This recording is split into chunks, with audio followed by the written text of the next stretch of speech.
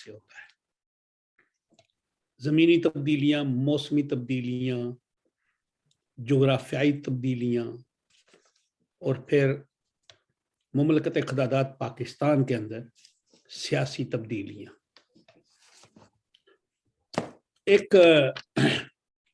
آپ ایسے کہیں کہ پلان تھا 2014 میں جو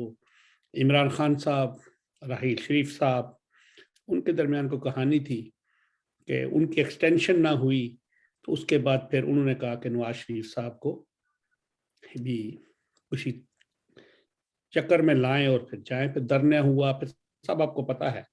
اس کے بارے میں زیادہ کہنا کیا کہہ سکتے ہیں. لیکن آج میں انہی تبدیلیوں کو دیکھ رہا ہوں. اب کردار بدل گئے ہیں، کہانی ملتی جلتی ہے. پہلے تو چھوٹی سی بات ہے کہ اٹارنی جنرل صاحب نے نواز شریف صاحب کو واپسی کی کاروائی کرنے سے انکار کر دیا ہے، یعنی اس میں شامل ہونا یا وہ اپیل کرنا یا وہ ایک ریٹ کرنا. کیونکہ ان کا خیال ہے، انہوں نے جو کاغذات پڑھے ہیں، کہ شہباز شریف صاحب نے جو ضمانت دی تھی وہ یہ تھی کہ جب یہ ٹھیک ہوں گے، جب یہ ڈاکٹر ان کو علاج کی سفر کی اجازت دیں گے تب یہ سفر کر پائیں گے. وہ ابھی تک نہیں ہے، تو قانونی طریقے سے وہی ہے کہ وہ ان کو ایسا نہیں کر سکتے. 2014 میں اس سے پہلے لوگ ادھر سے ادھر چھلانگیں لگانے شروع کر دی تھی. آج وہی منظر ہے کہ کچھ عرصہ پہلے پرویز خٹک صاحب کے بھائی لیاقت خٹک، ان کا بیٹا جو ہے وہ پیپلز پارٹی کا، انہوں نے بلاول صاحب کو بلایا، اور آج ان کے بانجے جو تھے وہ جو ہیں وہ جلال خٹک اور بلال خٹک، انہوں نے نون لیگ میں اڑان بھری ہے. اس سے مستقبل میں ہر جگہ اپنے حقوق محفوظ کرنے کے لیے، وہ کتاب لکھتے لکھتے جملہ حقوق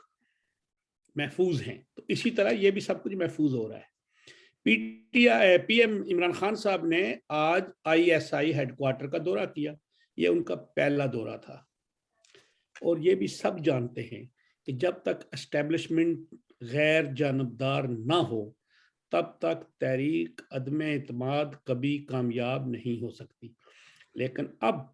بزرگان دین، جو بزرگان ہیں مملکت کے، وہ غیر جانبدار نظر آ رہے ہیں. اسی لیے شہباز شریف صاحب اور مولانا فضل الرحمان صاحب کی ملاقات ہوگی. تحریک عدم اعتماد کا لائے عمل کس طرح کرنا ہے، اس کو کیسے لانا ہے، اس کے لیے کیا کیا پیش بندیاں کرنی ہیں، کس کس کے پاس جانا ہے اور کس کس کو ساتھ ملانا ہے. ہم چلتے ہیں شوکت کشمیری صاحب کے پاس. السلام علیکم جی. جی وعلیکم السلام.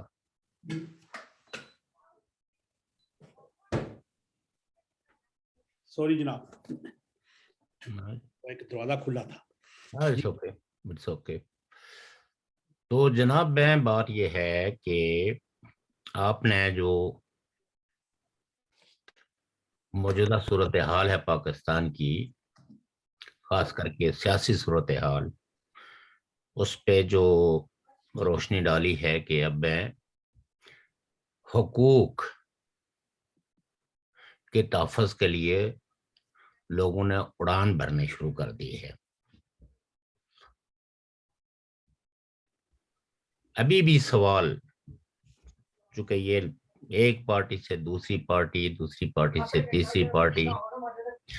سیاسی عمل میں تو یہ ہوتا رہے گا. اور جب تک کہ پاکستان میں جمہوریت مستحکم نہیں ہوتی، سیاسی پارٹیاں ٹرانسپیرنٹ نہیں ہوتی اور اپنے کارکنوں کے سامنے لیڈرشپ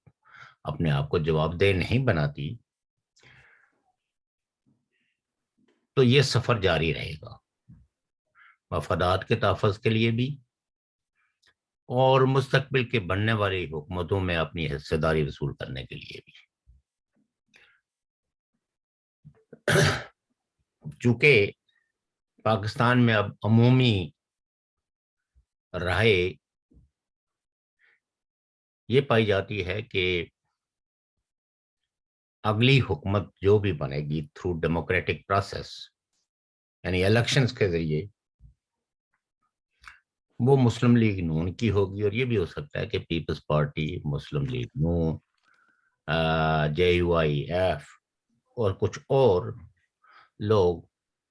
بھی اس میں جو خاص کر کے PDM کا حصہ ہیں ان کو بھی شریک اقتدار کیا جائے، چونکہ اس پورے عرصے کے اندر کم و بیش جو اپوزیشن پارٹیاں ہیں وہ ایک دوسرے کے قریب بھی آئی ہیں، دور بھی ہوئی ہیں، لیکن حالات کا جبر انہیں پھر یہی کہہ رہا ہے کہ آپ نے یونائٹڈلی ہی کوئی جیسے عدم اعتماد ہے۔ اب ظاہر ہے کہ یہ 2018 کے جو الیکشنز تھے جس کے بارے میں اب کوئی ہمیں کہنے کی ضرورت نہیں ہے کہ یہ الیکشن کیسے تھے، کس طرح مطلوبہ نتائج حاصل کیے گئے، اور یہی وجہ ہے کہ آج عمران خان صاحب کو اپنے ہی ممبران اسمبلی کو مینیج کرنا مشکل ہو رہا ہے، کیونکہ اس وقت بھی کچھ لوگوں کو کسی اور نے مینیج کیا تھا اور وہ اسی کے کہنے پہ مینیج ہو رہے ہیں۔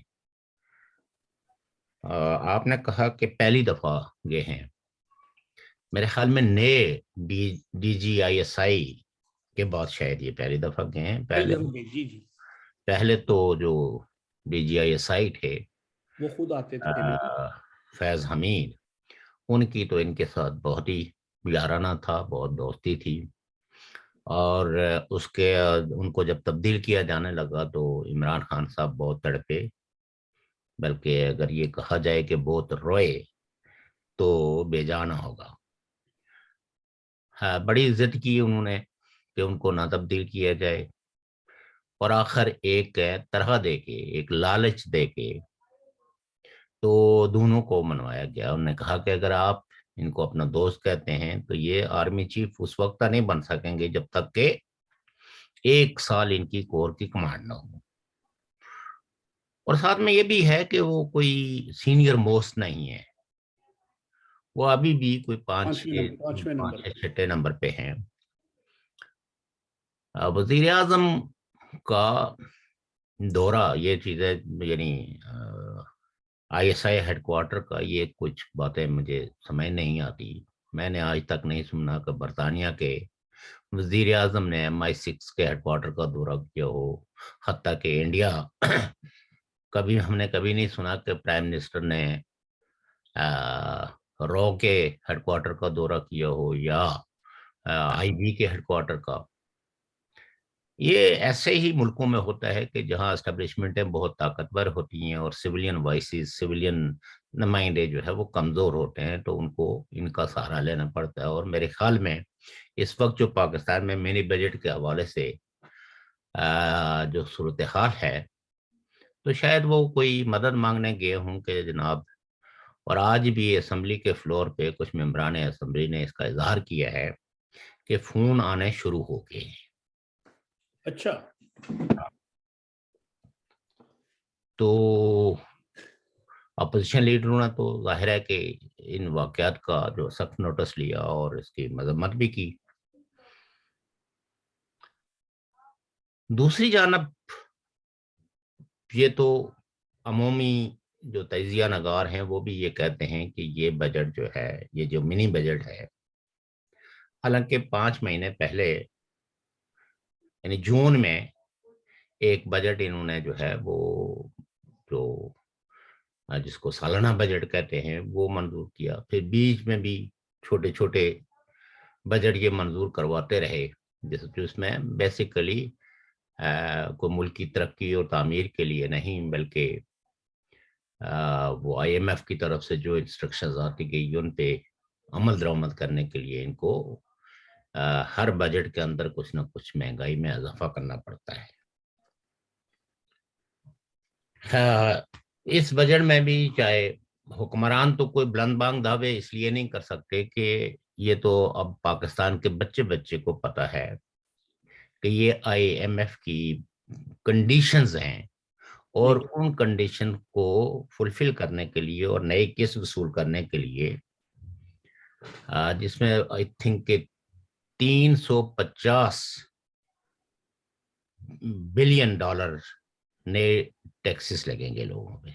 اگر فگر غلط ہو جائے تو میں معافی چاہتا ہوں۔ ادھر اپوزیشن کے ذرائع یہ کہتے ہیں کہ اب تحریک اعتماد کے لیے کنسنسس بلڈ کیا جا رہا ہے، چونکہ جو سب سے بڑی رکاوٹ تھی وہ نواز شریف صاحب تھے، جن کا یہ کہنا تھا کہ بھلے وہ الیکشن بہت ریگڈ تھے، عمران خان کی حکومت ایک پپٹ گورنمنٹ ہے، لیکن پھر بھی جمہوریت کے نام سے جو بھی ڈھونگ رچایا گیا اس ڈھونگ کو بھی چلنا دیا جائے اور ان کو اپنی مدت پوری کرنے دی جائے۔ لیکن چونکہ پاکستان کی اگر جو بھی جمہوری تاریخ ہے، اس جمہوری تاریخ میں دیکھا جائے تو کوئی بھی پرائم منسٹر جو ہے وہ 5 سال پورے نہیں کر سکا۔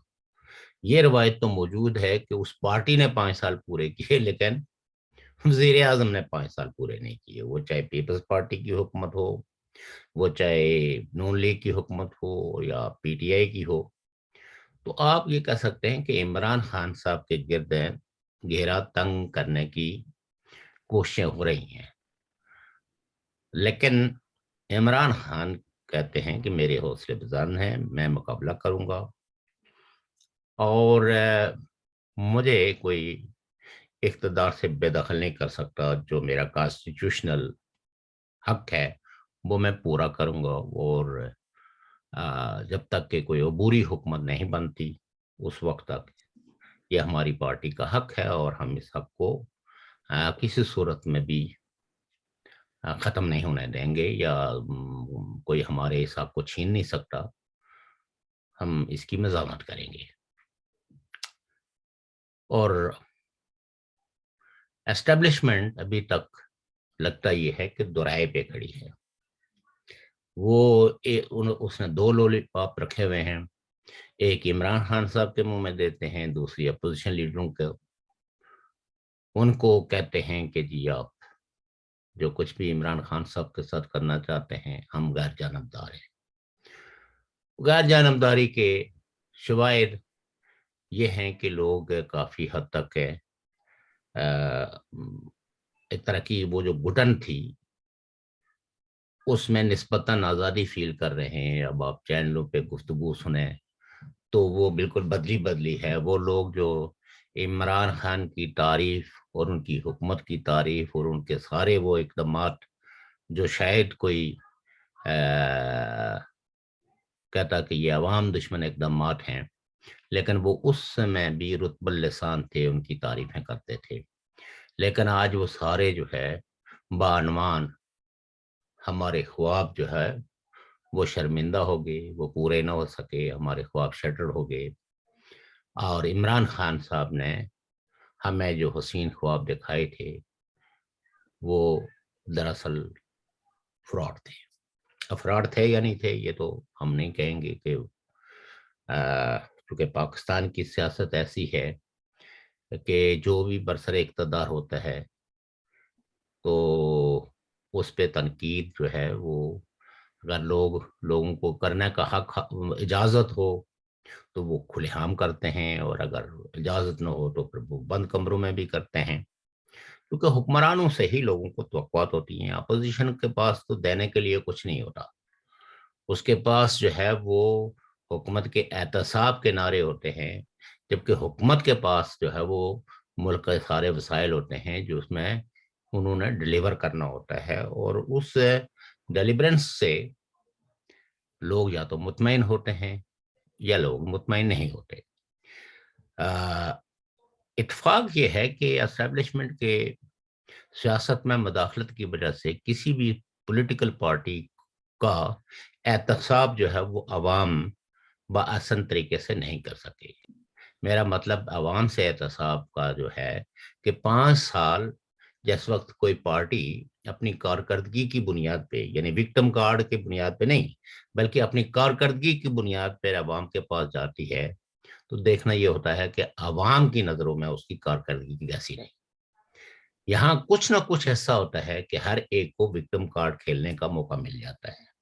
اور یہ تمام مواقع جو ہے وہ پاکستان کی اسٹیبلشمنٹ ان کو مہیا کرتی ہے تاکہ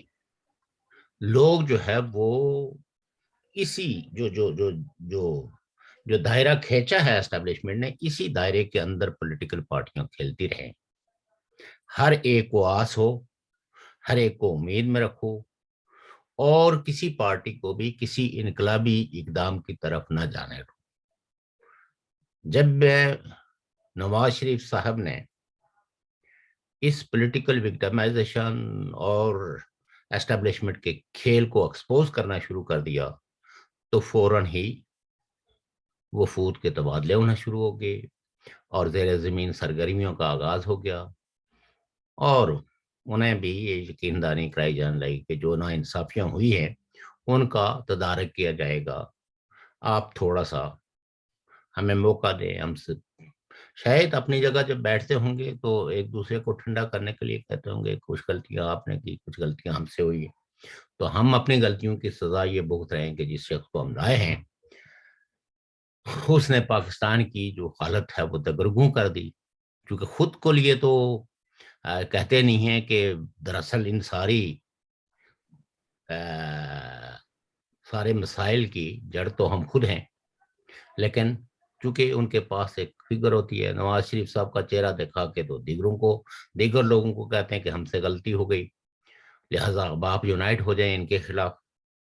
اور ان کا چہرہ دوسروں کا چہرہ دیکھ کے تو ان باقی اپوزیشن پارٹیوں کو، تو یہ کھیل جو ہے اگر آپ دیکھیں تو گزشتہ کئی سالوں سے جاری ہے۔ ابھی تک کے جو اطلاعات ہیں وہ یہ ہیں کہ نہ تو پاکستان کی جوڈیشری آزاد ہوئی، نہ میڈیا آزاد ہوا، یا نہ پالیٹکس آزاد، ساری چیزیں جو ہے وہ انڈر کنٹرول ہیں، اور کس کے کنٹرول میں ہیں؟ پاکستان کی اسٹیبلشمنٹ میں۔ کئی لوگ کہتے ہیں نہیں اسٹیبلشمنٹ تو ایک ویگ ٹرم ہے، دراصل پاکستان کی ساری صورتحال انڈر کنٹرول ہے جرنلوں کے۔ بہرحال میں ان دونوں کو کوئی دو مختلف چیزیں نہیں دیکھتا ہوں۔ اب آہستہ آہستہ یعنی آپ کہہ سکتے ہیں کہ کچھ لوگ کہتے ہیں کہ عدلیہ کو بھی کچھ سانس لینے دیا گیا۔ جب سانس لیا تو ہائی کورٹ کا جو فیصلہ آیا ہے کہ آرمی کا کام نہ تو کمرشل پلازے چلانا ہے، نہ گولف سینٹر بنانا ہے، اور نہ ہی ہوٹل چلانے ہیں، ریسٹورانٹ چلانے ہیں، اور وہ چیزیں جن پہ ان کا کوئی لوکس اسٹینڈ آئی نہیں ہے ان پر زور زبردستی سے قبضہ جو ہے وہ جلد از جلد چھڑایا جائے گا۔ دوسری جانب ابھی کچھ لوگ کہہ رہے تھے کہ ملٹری کا موقف یہ ہے، آرم فورسز کا، کہ یہ جو ایریا ہے یہ دراصل کوئی 1860 کی دہائی میں دراصل برٹش آرمی نے اس ایریے کو آرمی کے لیے مختص کیا تھا، اور ہم نے اس کو انہیرنٹ کیا ہے۔ اب آپ یہ دیکھیے کہ اس کالونیل عہد کی باتوں کو اب ریپیٹ کیا جا رہا ہے، یہ نہیں دیکھا جا رہا ہے کہ اس کے بعد پاکستان میں ادارے بنے ہیں، کانسٹیٹیوشن بنا ہے، ہر ایک کے رائٹس کے لیے اگرچہ وہ لوگوں کو ملے نہیں لیکن کاغذوں میں تو ہر ایک کا حق درج ہے۔ اور دنیا کی کوئی بھی آرمی جو ہے وہ کمرشل پرپزز کے لیے نہ تو پلاٹنگ کرتی ہے، نہ کوئی کالونیاں بناتی ہے اور پھر ان کو آگے رینٹ پہ دیتی ہے۔ تو یہ جو کورٹ کے جو فیصلے ہیں اس سے میں سمجھتا ہوں کہ پاکستان کے کامن آدمی کو بھی آنکھیں کھل جانی چاہیے کہ آپ کی آرمی جو ہے وہ کس طرح کے دھندوں میں ملوث ہے۔ اور باقی تو ہم نے پہلے بھی بتایا کہ چاہے وہ پی او کے ہو یا گلگت بلتستان ہو یا مختلف اچھا، جگہوں وہ کراچی میں بھی وہ ایک 200 ایکڑ تھا، وہ گٹر باغیچہ ایک بڑا مشہور تھا، سنا ہوا آپ نے نا، آپ تو جانتے ہیں کراچی رہے ہیں۔ گارڈ گٹر باغیچہ نہیں گٹر باغیچہ نہیں، گڑھ باغیچہ، گٹر باغیچہ، گارڈن اس کو کہتے تھے۔ جی جی، وہ 200 ایکڑ زمین جو تھی نا جی اس میں انہوں مختلف نے وہ کالونیاں بنا لی تھی نا، کے ایم سی نے اپنے ملازمین کو لاٹ کر کے پلاٹ، اچھا وہ آج منسوخ کر دیے گئے، سپریم کورٹ نے وہ منسوخ کر دیے سارے۔ ہاں، حالانکہ وہاں تو ایک زو بھی ہوتا تھا، اور نہیں یہ ہو رہا ہے، یہ ایک ہے 200 ایکڑ ہے، گٹر باغیچہ اس کو کہتے ہیں۔ یہ پتہ اے این سی نے کوآپریٹو سوسائٹی بنا دی تھی وہاں پہ، اچھا اچھا اچھا اچھا 200 ایکڑ پہ اپنے کوئی ملازمین یا کوئی آگے پیچھے. تو اب سپریم کورٹ نے کہا جی کہ یہ زمین جو ہے یہ باغیچہ گارڈن ہی رہنا چاہیے تھا, اس کو آپ نے الاٹ اپنے ملازمین کو کر ہی نہیں سکتے, لہذا یہ کینسل ہو گیا. وہاں پہ بھی مکان تو بنے ہی ہوں گے میرا خیال ہے. دیکھیں سوال یہ پیدا ہوتا ہے کہ یہ اگر اس کو آپ دیکھیں تو یہ لا لیسنس میں آتا ہے, ورنہ وہ چیزیں جو کسی ویلفیئر مقاصد فرض کریں کہ پبلک انٹرسٹ کے لیے کوئی چیز کوئی جگہ مختص کی جاتی ہے, تو یہ کسی کو بھی کسی ادارے کو بھی یہ حق نہیں ہونا چاہیے کہ ان کو اپنے ذاتی استعمال یا اپنے ملازمین کے لیے اس کو مختص کرے. کیونکہ مثلا کے ایم سی ہے تو کراچی میں بہت سارے جو پارکس ہیں وہ کے ایم سی کے نے بھی بنائے ہیں, تو اب ان کو اگر بعد میں کسی ایک پہ قبضہ کر کے اور آپ اس میں پلازے بنانا شروع کر دیں کہ چونکہ کے ایم سی جو ہے وہ اس کو بجٹ ڈیفیشنسی ہے, تو یہ درست رویہ نہیں ہے. اور یہ بالکل سپریم کورٹ اور ہائی کورٹ جو بھی فیصلے کر رہے ہیں, میں یہ سمجھتا ہوں کہ یہ ہونا چاہیے, اس لیے کہ آگے ہی جو جو جو جو حالات ہیں موسموں کے, آب و ہوا کے, ماحولیات کے, وہ بہت خراب ہو رہے ہیں کیونکہ اس پہ توجہ نہیں دی گئی. یہ صرف میں پاکستان کی بات نہیں کر رہا ہوں, بلکہ آپ یہ کہہ سکتے ہیں کہ ہمارے ساؤتھ ایشیا کے اندر جتنے بھی پروجیکٹ بنائے گئے اس میں ماحولیات کا خیال نہیں رکھا گیا. جو ریفارسٹیشنز نہیں ہوئی ہے, شہر جب پھیلتے گئے تو اس میں یہ نہیں کیا گیا ہے کہ بھئی پلانٹیشنز جو ہے وہ کتنے اسکوائر میٹر پہ جو ہے وہ ہونی چاہیے پلانٹیشنز, جس سے کہ ان شہروں کے اندر بھی لوگوں کو حبس محسوس نہ ہو. چونکہ آکسیجن کا دارمدار جہاں سورج کی روشنی پہ ہے, وہاں درختوں سے ہی تو بیسیکلی آپ کو زندگی ملتی ہے, یہی آکسیجن دن کو آپ کو مہیا کرتے ہیں. تو اگر درخت ہی نہیں ہوں گے تو آکسیجن کی ڈیفینیٹلی ایک وقت ایسا آئے گا کہ کمی ہو جائے گی, اور آکسیجن کی کمی کی وجہ سے جو بحران پیدا ہوتا ہے یا انسانی زندگی الٹیمیٹلی دم گھٹنے سے ہی مرتی ہے. مثلا جیسے آج میری میں جو واقعات ہیں وہ اب اس نیگلیجنسی کو مختلف حوالوں سے اس کی جوازیت فراہم کی جا رہی ہے. کچھ کہتے ہیں کہ کاربن مونو آکسائڈ جو ہے, دراصل وہ شیشے بند تھے اور گاڑی جل رہی تھی, تو ان کا جو کیا کہتے ہیں وہ ایگزاسٹ کا کوئی سسٹم نہیں تھا, تو اس سے لوگ مر گئے. وہی لوگوں کو بچانے کے لیے یہ اویئرنیس کس نے دینی ہے؟ یہ بھی تو حکومتوں کا ہی کام ہے. اچھا ابھی کئی رپورٹیں آ رہی ہیں, وہ جی 1 لاکھ, جی وہ چنگی والوں نے رپورٹ کیا کہ 1 لاکھ سے زیادہ گاڑیاں نہیں. لیکن ایک اور بات بھی ہوئی ہے نا وہاں پہ جی, شاید آپ نے سنا یا نہیں سنا, واٹس ایپ جو وہ گاڑیاں وہ برف ہٹانے والی ہوتی ہیں نا, یا مشینری جو ہوتی ہے, جی ان کا جو سپروائزر ہے اس کو جب وہ کہہ رہے گاڑیاں, تو کہتا جی ہمارے پاس ڈیزل نہیں ہے. یعنی ان گاڑیوں کو ایکٹیو کرنے کے لیے, ان کو چلانے کے لیے بلدیہ کے یا وہ جو جس محکمے کی بھی ہیں ان کے پاس ڈیزل نہیں ہے. ان کو ادھار ڈیزل پٹرول پمپ والوں نے نہیں دیا. اور یہ پریس کانفرنس میں کس نے بتایا ہے؟ جو ہوٹل مالکان ایسوسی ایشن کا وہ جو صدر ہے. اس کے بعد ایک اور بندہ پکڑا گیا ہے جس نے وہ جس ایریے میں گاڑیاں رکتی تھی نا, وہ پہاڑوں سے اوپر سے برف اور نیچے پھینکتا تھا کہ تاکہ یہ گاڑیاں میرے چین خریدیں. اصل میں یہ تو ایسے ہی بات ہے, برف نیچے پھینکنے سے کچھ بھی نہیں ہوتا, ہم بھی یہی کہتے ہیں. ہم لوگ تو برفانی ایریاز کے لوگ ہیں, نہیں یہاں پہ ہم دیکھتے ہیں روزانہ اتنے سال ہو گئے. پہاڑوں پہ بھی جو برف گرتی ہے نا, تو وہ آہستہ آہستہ کھسک کے تو نسبتاً جلدی ہر جگہ پہ جا کے زیادہ وہ جم جاتی. لیکن وہ گاڑی میں رکاوٹ نہیں ڈالتی اتنی جلدی.